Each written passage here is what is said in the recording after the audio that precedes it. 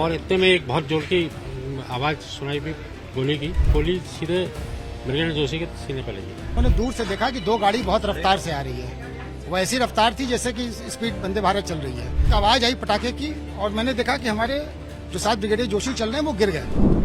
देहरादून में आज सुबह तड़के गोलीकांड ने हड़कंप मचा दिया और मैं इस समय देहरादून में हूं और आपको घटना स्थल से दिखा रहा हूं, ग्राउंड जीरो से रिपोर्ट दिखा रहा हूं कि गाड़ी की साइड ना देने की वजह से एक गाड़ी सवार ने दूसरी गाड़ी सवार पर ताबड़तोड़ गोलियां चलाई। गोलियां इतनी आवाज इतनी भयानक थी जिसकी वजह से आस पड़ोसी जाग गए।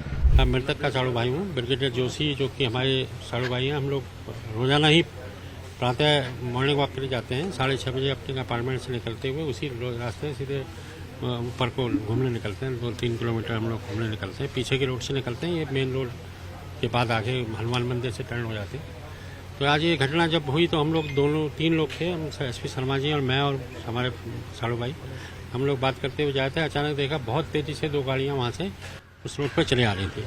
तो हम लोग सहम गए और हम सहम के एकदम से साइड में कूदे, यहाँ पे नाली सड़क के किनारे पे।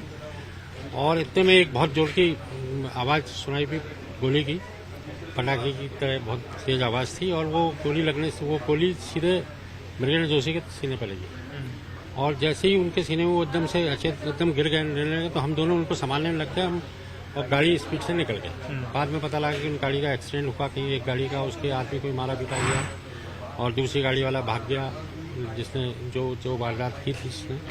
इनको फिर हम तुरंत ही मैक्स हॉस्पिटल लेके आए। एक कैप्टन, रिटायर्ड कैप्टन की गाड़ी मिल गई थी, तो तुरंत 10 मिनट के अंदर यहाँ ले आते हैं। वहीं से पुलिस को सूचना दी गई और देख के फिर यहाँ मैक्स लाया। तो मैक्स में हॉस्पिटल में बताया गया कि भाई पल्स नहीं चल रहा है। फिर ECG किया गया तो उस पर उनको मृतक घोषित कर दिया गया।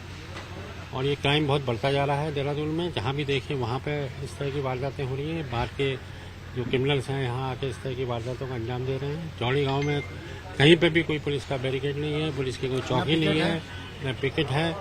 और सड़क जितनी छोटी है, इतनी चौड़ी कम है और सारा मसूरी को जाने वाला सारा व्यस्त यातायात यहीं से होके जाता है। इससे बड़ी अव्यवस्था है और एक्सीडेंट काफ़ी होते भी रहते हैं और होने के आगे भी इस तरह की अकल रहेगी व्यवस्थाएं तो लोगों का घर से बाहर निकलना मुश्किल हो जाएगा।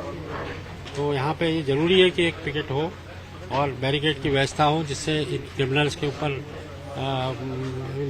रोक लग सके, गाड़ियों की स्पीड पर रोक लग सके और बाहर के व्यक्ति जो आते हैं उनकी पहचान की जा सके। ये व्यवस्था शासन को की जानी, हमारी मांग यही है। खुद मंत्री जी आए थे, उनसे भी हमने मांग किया कि भाई यहाँ पे पुलिस की बैरिकेड लगवाइए, व्यवस्था कीजिए, जिससे कि ऐसी घटनाओं को रोका जा सके। और शासन का सख्त होना ऐसी घटनाओं के लिए बहुत जरूरी है। क्रिमिनल्स को सख्त से सख्त सजा होनी बहुत जरूरी है।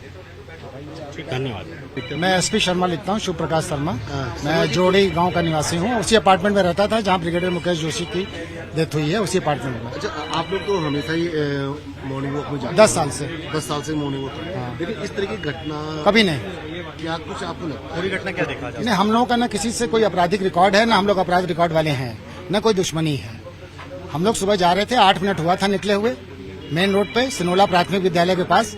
हम लोगों ने दूर से देखा कि 2 गाड़ी बहुत रफ्तार से आ रही है, वो ऐसी रफ्तार थी जैसे कि स्पीड वंदे भारत चल रही है।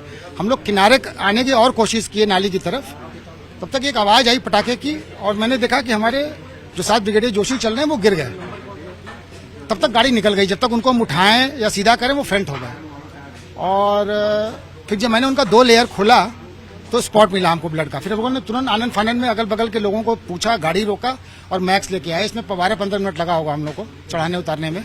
और यहाँ लाए तो मैक्स के डॉक्टर ने बोला कि आप ब्रॉड डेड लाए हैं और पल्स नहीं चल रहा है। फिर इनका ECG वगैरह हुआ और उनकी डेथ हो गई। अच्छा सर, मौके पे डेथ हो गई। जिस तरीके के लोगों का और इस तरीके से घटना को अंजाम देना, वो भी सवेरे मॉर्निंग के दौरान। हाँ, 6:30 की बात है। क्या लगता है सर, कितना अपराध बढ़ गया अगर? सर 10 साल में तो बहुत परिवर्तन आ गया है। उस हिसाब से अपराध यूपी की तर्ज पर रुकना चाहिए। और अगर योगी जी की तर्ज पे उत्तराखंड नहीं चलेगा तो हम लोग छोड़ के चले जाएंगे देहरादून। सेफ सिटी माना जाता था? सेफ सिटी अब नहीं है, हम लोग चले जाएंगे उत्तराखंड छोड़ के। तमाम उन सब चीजों की जांच की जा रही है और आने वाले समय में दून पुलिस का दावा है कि कुछ ही घंटों में इस पूरे हत्याकांड की कड़ी से कड़ी खोल दी जाएगी। कैमरामैन अंजीत के साथ अभिषेक सिन्हा, टाइम्स 9 भारत, देहरादून।